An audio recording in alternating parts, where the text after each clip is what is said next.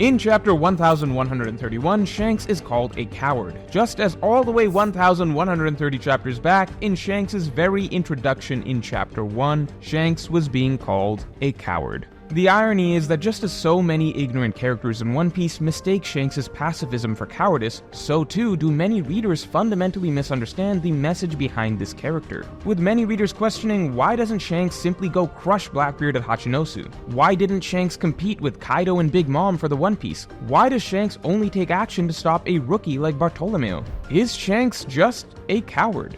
The fact that some readers genuinely have the same simple-minded understanding of Shanks as literal fodder bandits from Chapter 1 makes Shanks the perfect litmus test for reading comprehension in One Piece. As Luffy himself will tell you, Shanks is not a coward. It's the exact opposite. Shanks is meant to be Oda's encapsulation of what it means to be strong, and the perfect representation of when one should actually fight. The entire point is that the very same pacifism, humility, and patience that leads to Shanks being mistakenly labeled a coward by ignorant characters is precisely Oda's commentary on the true nature of strength. It is not aggression, machismo, or eagerness to fight that makes one a man. That is the naive, hot-headed fool's way of thinking. Because just as certain characters in One Piece are meant to be the absolute embodiment of certain ideals, chivalry, freedom, drive, and so on, in that same vein, Shanks is Oda's embodiment of the ideal of strength. Strength that so many both in story and out don't understand because it runs contrary to how they believe strength should be used. So let's break down the burden of pacifism that Shanks has to carry, and the truth behind his actions. But first, give the gift that keeps on giving. Manscaped's premium grooming tools are the ultimate stocking stuffer. That's right, holiday season is coming up and you don't know what to get your dad, your brother, or your friend.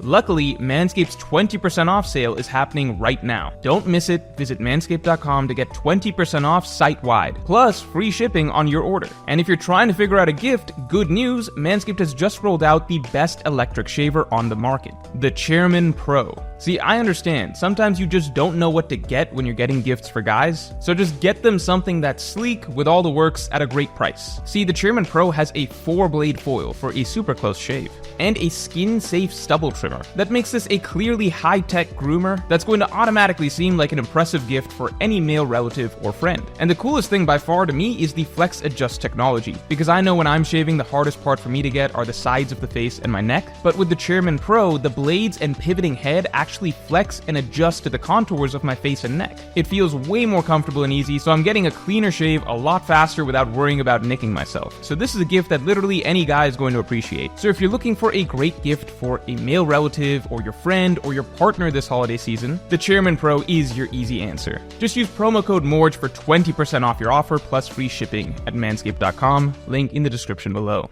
So that aside, to begin with, the most notable and defining trait of Shanks is that despite showing up in the story repeatedly across 1100 chapters of One Piece and squaring off against countless characters, Shanks has never, ever raised his sword except to defend. There's not one single instance in the entirety of the story where Shanks has tried to instigate a fight. It has always only been a necessity of defense. Shanks only moved against Kaido to stop Kaido from attacking Whitebeard. Shanks only blocked Akainu to stop Akainu from attacking Kobe. Shanks only raised his sword to stop the Marines and the Blackbeard pirates from continuing to cause more unnecessary deaths. Shanks only raised his sword and threatened Green Bull to stop Green Bull from attacking Wano and the Straw Hat pirates. Shanks only crushed Kid after he saw that Kid was going to kill Shanks' subordinates. Lots of readers complain about how Shanks doesn't fight, but the reality is Shanks has stepped up over and over, countless times throughout the story, ready to fight. This is a long list of conflicts against powerful enemies, but the defining rule that Oda keeps hammering in over and over again with this character is that each and every time Shanks prepares to fight,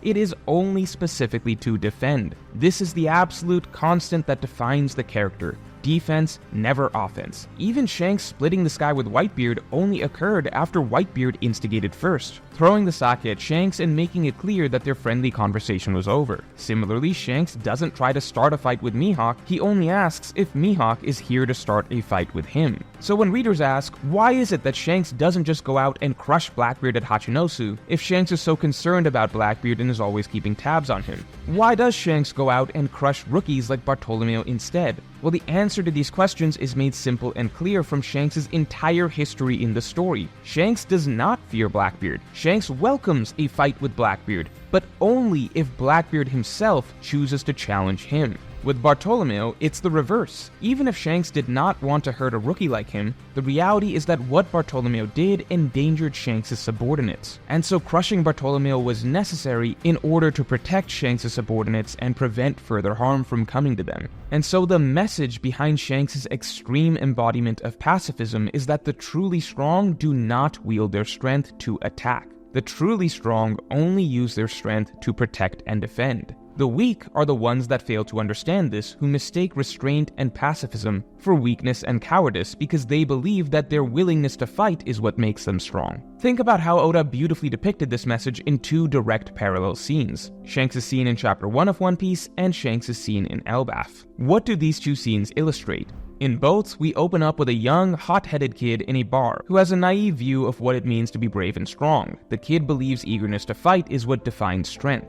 Enter a disruptive, ignorant, violent intruder, eager to battle, brandishing their strength, ready to cause a fight. However, Shanks makes it clear that he is averse to violence, he does not want to fight, he does not want to cause a conflict, not because he is weak, but because he is strong. And then finally, the violent intruder does the one thing that will actually force a man like Shanks, the true representation of strength, to fight, which is hurt Shanks' friends. Then, and only then, does the sleeping giant wake and bring the hammer down. The scenes are direct parallels of one another for a reason. It is a sharp reminder of the message behind Shanks from both the start of the story to the final saga. Nothing has changed. It is not the battle-hungry, hot-headed idiot who is strong. It is the one who is holding himself back the most that is the strongest. To be calm, unmoved, and secure enough to exercise restraint, only acting when necessary, that is the true mark of a strong warrior. And at the end of the day, we've seen so many of these violent hotheads throughout the story, but there is no difference between any of them.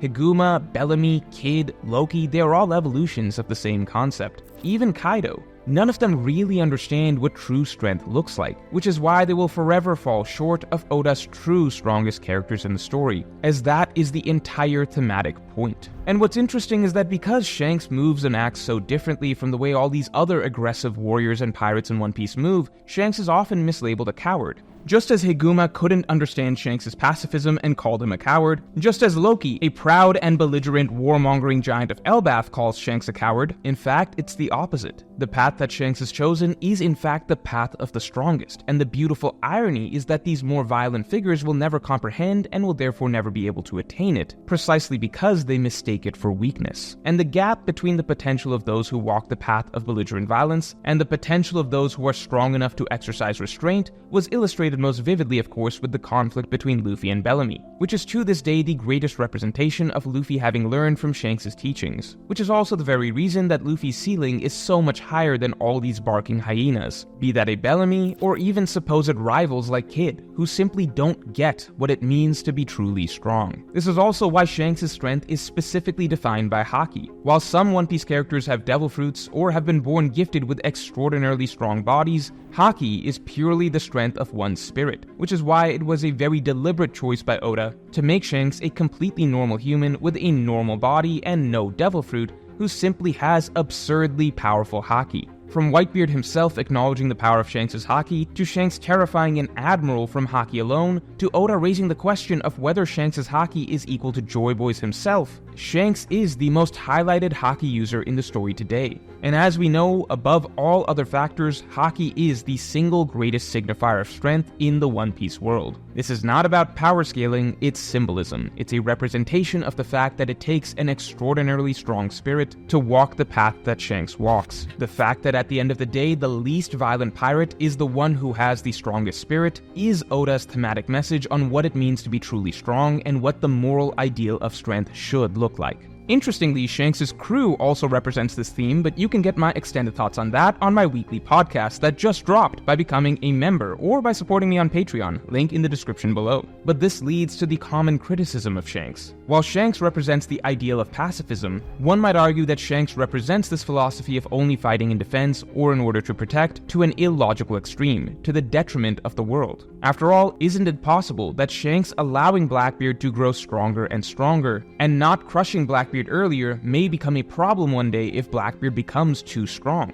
Couldn't Shanks' pacifism ultimately lead to more pain and violence down the line? And that's entirely possible. Logically, not attacking Blackbeard isn't a good choice. However, One Piece is largely not a story about logic. One Piece is a romanticized depiction of moral ideals, which is why characters often remain committed to certain ideals to an exaggerated and arguably illogical degree, as what this commitment to the ideal symbolizes is more important than the real-world logic. For instance, does it make any sense to refuse to step back even with a knife through your heart just for the sake of staying true to your ambition? No, and logically this is a stupid choice because if Zoro were up against any opponent slightly less sympathetic than Mihawk, he would have died for nothing here. But this is One Piece, and the symbolism of Zoro's commitment to a grand ideal here is what matters more than anything, which is why Zoro's illogical commitment to his ideal is portrayed positively. It's the same reason that Sanji's extreme and illogical chivalry is always upheld as a positive and praiseworthy character trait no matter how logistically inconvenient it may be and the troubles that it may cause. It's why Bellemere choosing to die rather than lying about having a family will always be portrayed as the right choice, because the ideal matters above the logic. And that's why Shanks' choice to never start a fight and to only ever protect and defend is meant to be a noble ideal that should never be compromised, even if taking the initiative to crush a known growing threat would logically be the tactical option. It's not about the logic or potential negative consequences, it's about the message. But first, if you're excited for Elbaf, you can get the first Elbaf travel poster ever made for your walls today. This beautiful work of art comes in both day and night versions, and is made with archival ink printed on matte paper hand cut by the artist himself. And that's not all. This month we are also releasing the Skypiea and Zoe travel posters so that you can continue building your collection of all the islands of One Piece. You can even get all 3 of these beautiful posters together along with the exclusive Chandra poster for a major discount bundle, which is 50% off all 4 posters. You can also still get the deluxe package if you want to appear on my streams, and in that case you'll get all 5 posters as well. So start building your collection today with Elbaf, Skypiea, Zoe, and Chandra. Just hit the link in the description below.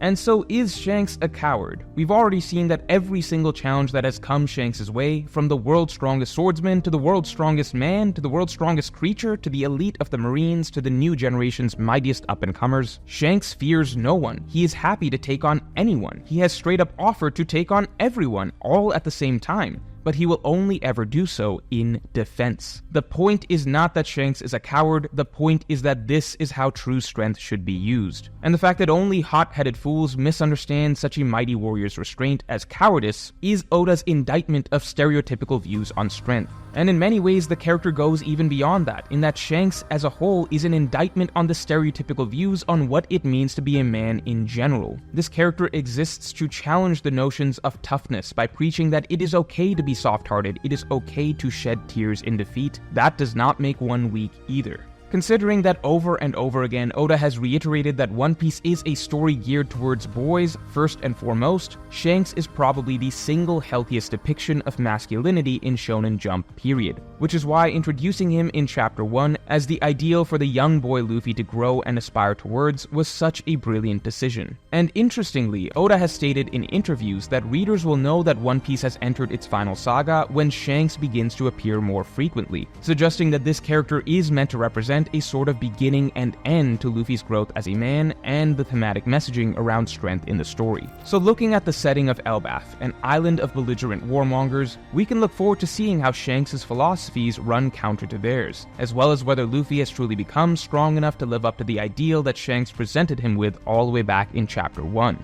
So let me know in the comments below how you believe Shanks will thematically play into the ideas of Elbaf, and if you enjoyed this video, then definitely like and subscribe. And if you want to hear a breakdown of how Shanks' crew represents similar themes, you can get my extended thoughts on that on my weekly podcast that just dropped by becoming a member or by supporting me on Patreon, link in the description below.